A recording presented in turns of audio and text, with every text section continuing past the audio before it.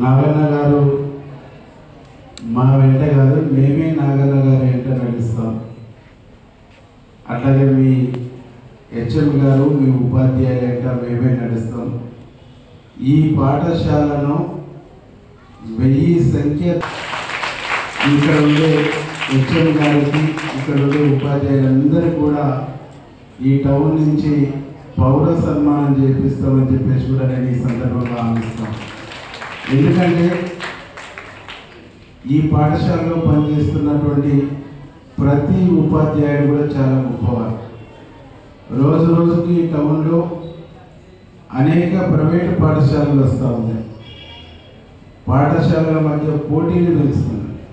ఈ పోటీని తట్టుకొని ఇంత సంఖ్యను పెంచి, సంఖ్య పెంచడమే కాదు, 10th లో 139 మంది ఉంటే మనం 136 మంది పాస్ అయ్యాం.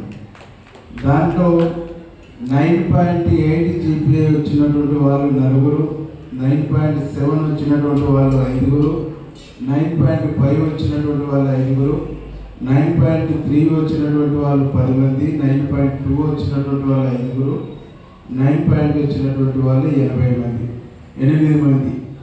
అంటే దాదాపుగా మనకు ప్రైవేటు పాఠశాలలకు మించినటువంటి ఒక రిజల్ట్ మనకు వచ్చింది.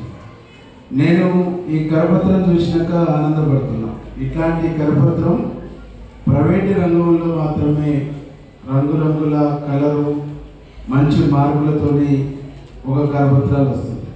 కానీ ప్రభుత్వ పాఠశాలలో ఈ స్థాయిలో మీ పాఠశాలను తీసుకుపోయారంటే ఇదంతా మీ ఉపాధ్యాయుల యొక్క గొప్పతనం, వాళ్ళ యొక్క కమిట్మెంట్ అని చెప్పేసి ఈ సందర్భంగా చేస్తూ వారికి మనస్ఫూర్తిగా చేతులు జోడించి నమస్కారాలు తెలియజేస్తూ ఇక్కడ పనిచేస్తున్న ప్రతి ఒక్కరికి.